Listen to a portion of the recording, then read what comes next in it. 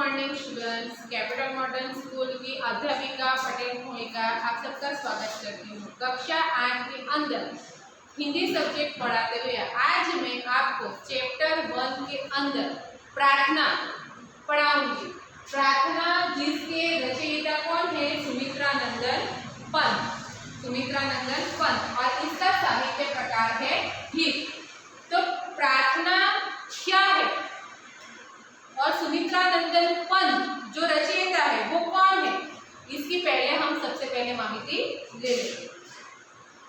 तो चैप्टर 1 प्रार्थना। प्रकृति के सुकुमार कवि सुमित्रा नंदन पंत का जन्म अल्मोड़ा जिले के कौशानी नामक गांव में हुआ था। प्रारंभिक शिक्षा कौशानी और अल्मोड़ा तथा हाई स्कूल की शिक्षा वाराणसी में हुई। प्रयाग के म्योर सेंट्रल कॉलेज से इंटरमीडिएट उत्तीर्ण करने के बाद गांधी जी के असहयोग आंदोलन में कूद पड़े। बंगला, संस्कृत और अंग्रेजी का स्वतः अध्ययन किया। 1950 से 1957 तक हिंदी परामर्शदाता के रूप में आकाशवाणी में कार्यरत रहे। तो ये हो गया हमारा कवि का परिचय। अब कवि ने कौन कौन सी रचना की है, उन्होंने कौन कौन से पुस्तकें लिखे हैं, उसके बारे में देखते हैं कि उनकी कविता में छायावाद, गांधीवाद, प्रगतिवाद और अरविंद दर्शन का प्रभाव दिखाई देता है। वीणा, पल्लव, ग्रंथि, ग्राम्य, युगान, स्वर्णधूलि इत्यादि उनकी मुख्य रचनाएं हैं। लोकायतन महाकाव्य पर सोवियत लैंड नेहरू पुरस्कार, चिदंबरा पर भारतीय ज्ञानपीठ पुरस्कार प्रदान किया गया है। भारत सरकार ने उन्हें पद्म विभूषण से सम्मानित किया है। अंडरलाइन कर दीजिए, भारत सरकार ने उन्हें पद्म विभूषण से सम्मानित किया। किसको भारत सरकार ने पद्म विभूषण से सम्मानित किया? तो सुमित्रा नंदन पंत को। ये हो गए हमारे सुमित्रा नंदन पंत के द्वारा रची गई काव्यों के नाम, राइट। अब प्रार्थना काव्य के अंदर क्या बताया गया है इसका सारांश देखते हैं। तो प्रस्तुत प्रार्थना में सौंदर्यपूर्ण सत्य की बात कही गई है। सौंदर्यपूर्ण सत्य की बात यानी सबसे सुंदर सत्य जो है उसके बारे में कहा गया है। मानव का परित्राण करने तथा उसका भय, संशय, अंधश्रद्धा दूर करने के लिए कवि ने ईश्वर से शक्ति की याचना की है। देखो, मानव का उद्धार करने के लिए और उसमें जो भय है, जो संशय है यानी जो शंकाएं है और उसके अंदर जो अंधश्रद्धाएं है उसे दूर करने के लिए कवि ने ईश्वर के पास, भगवान से पास शक्ति की याचना की है। बराबर। किस चीज की याचना की कवि ने भगवान के पास? कि मनुष्य के उद्धार के लिए उसके अंदर जो भय है, शंकाएं है, अंधश्रद्धाएं है उसे दूर करने की प्रभु के पास प्रार्थना की है कवि ने। बराबर। तो यहाँ पर हमारा सारांश हुआ। अभी ये जो प्रार्थना है उसे हम गाकर सुनते हैं। गाकर मैं आपको सुनाती हूँ, आप लोग ध्यान से सुनना। जग जीवन में जो चीर महान सौंदर्यपूर्ण वो सत्य प्राण, मैं उसका प्रेमी बनूं नाथ जिसमें मानव हित हो समान। जिससे जीवन में मिले शक्ति, छोटे भय संशय अंधभक्ति, मैं वह प्रकाश बन सकूं मिल जावे जिसमें अखिल व्यक्ति। दिस दिस में प्रेम प्रभाव प्रसार, हर भेद भाव का अंधकार, मैं खोल सकूं चीर मुँह देना मानव के उड़ के स्वर्ग द्वार। पाकर प्रभु तुमसे अमर दान, करने मानव का परित्राण, ला सकूं विश्व में एक बार फिर से नव जीवन का विहार। जग जीवन में जो चीर महान, सौंदर्य पूर्ण वो सत्य प्राण, मैं उसका प्रेमी बनूं ना, जिसमें मानव हित हो समान, जिसमें मानव हित हो समान। बराबर। तो ये हमारे प्रार्थना का गान हो गया। अब प्रार्थना के अंदर क्या कहा गया है, प्रभु से क्या प्रार्थना की है, उसके बारे में देखते हैं। तो पहली पंक्ति देखते हैं कि जग जीवन में जो चीर महान, सौंदर्य पूर्ण हो सत्य प्राण, मैं उसका प्रेमी बनूं ना, जिसमें मानव हित हो समान। तो प्रस्तुत पंक्ति के अंदर कवि ने ईश्वर से प्रार्थना की है कि हे प्रभु, ये पूरे संसार के अंदर जो सबसे महान है, जो सबसे लंबा है, जो सबसे लंबा चलने वाला ऐसा सौंदर्यपूर्ण जो सत्य है, जो प्राण है, जो व्यक्ति है, मैं उसका हमेशा के लिए प्रेमी बन जाऊं। और प्रेमी बनकर क्या करना है कि जिससे मानव की भलाई, मानव के अंदर जो भातृभाव है, जो प्रेम भाव है, जो हित भाव है, वो एक समान आ जाए। तो कवि क्या प्रार्थना करते हैं कि हे प्रभु, संसार के अंदर बुलाया जाता हुआ सत्य वो कैसा है, सौंदर्यपूर्ण है। कैसा है, सौंदर्यपूर्ण है। मैं उसका प्रेमी बनकर हे प्रभु मानव के अंदर भलाई के गुण जो है वो एक समान कर सकूं। बराबर।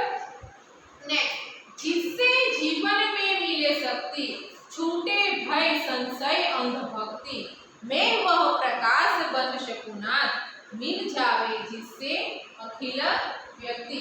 तो कवि क्या कहते हैं कि मैं संसार के अंदर जो सौंदर्यपूर्ण सत्य है, जिससे मानव की भलाई हो सके, मानव के अंदर आपस में समानता का भाव आ सके, तो वो सब लाकर उस मनुष्य के जीवन के अंदर जो शक्ति खिलती है, उसमें जो भय है, शंका है, जो अंधश्रद्धा है, उसे मैं मिटाकर उसे प्रकाशहीन कर प्रकाश वाला कर सकूं, उसको मैं उसके जीवन में मैं उजाला ला सकूं, जिससे यह पूरा जो व्यक्ति है उसमें एक अलग व्यक्तित्व आ जाए और सब व्यक्ति आपस में एक दूसरे से मिलजुल कर रहने लगे।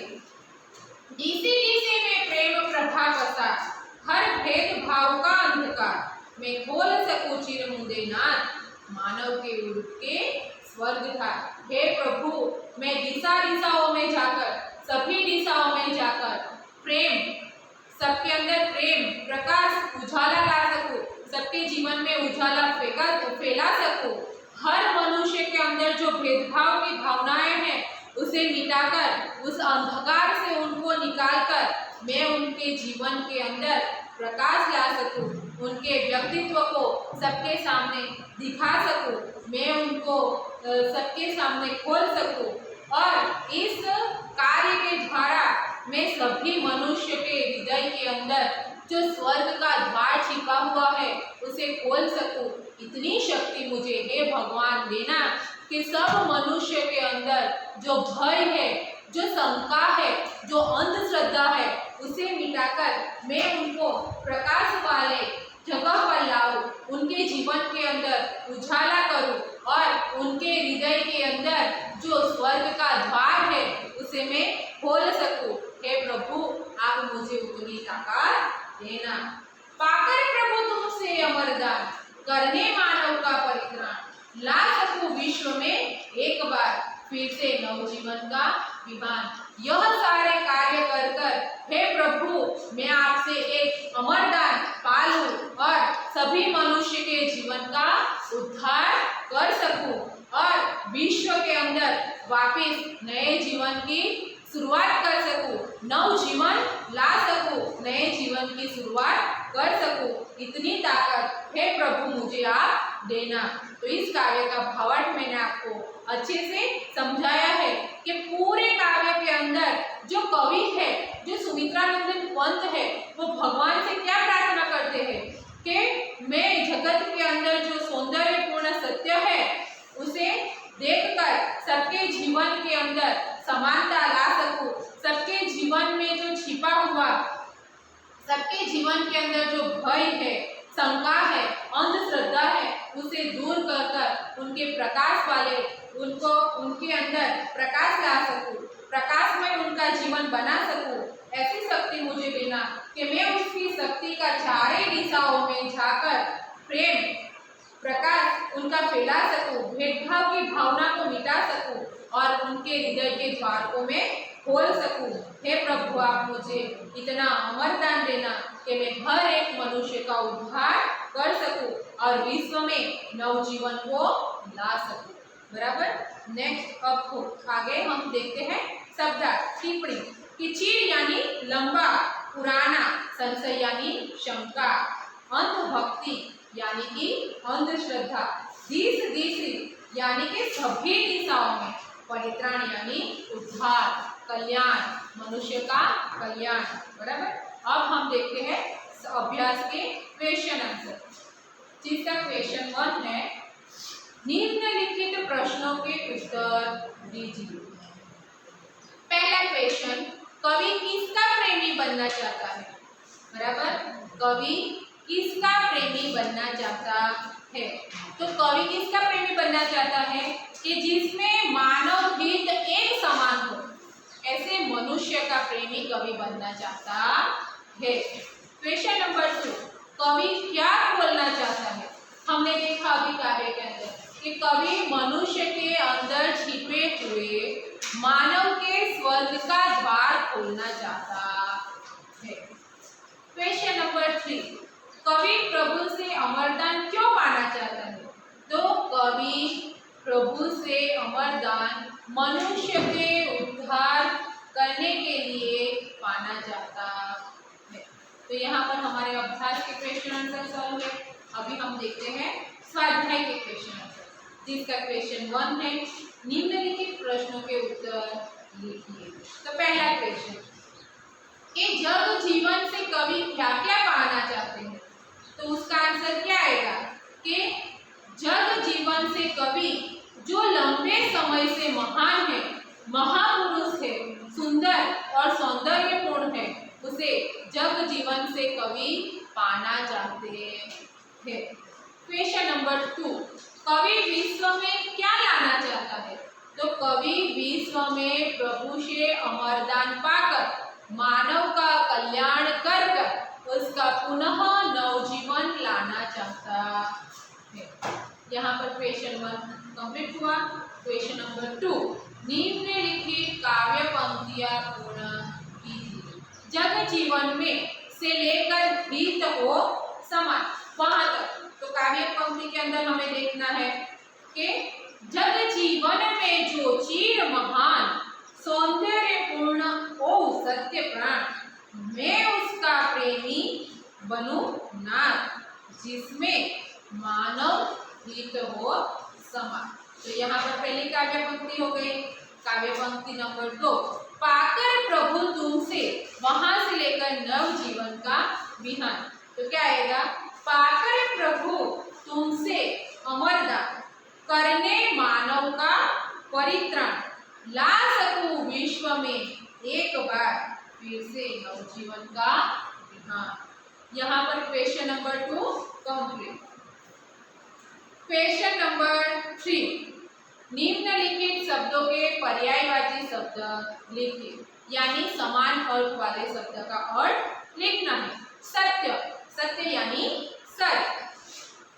फिर आएगा शक्ति, शक्ति यानी कि ताकत, शक्ति यानी कि ताकत।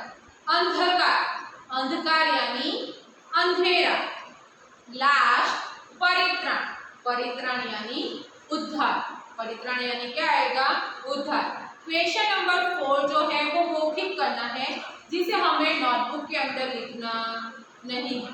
तो यहाँ पर चैप्टर 1 की पूरी एक्सरसाइज मैंने आपको बता दी। बराबर। उसे आपको नोटबुक के अंदर लिख लेना है। बराबर।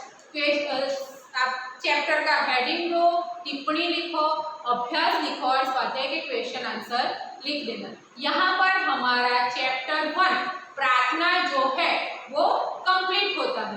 बराबर। यहाँ पर चैप्टर 1 प्रार्थना हमारा कंप्लीट होता है, जिसके स्वाध्याय आपको नोटबुक में लिख लेने हैं। बराबर बच्चों, थैंक यू।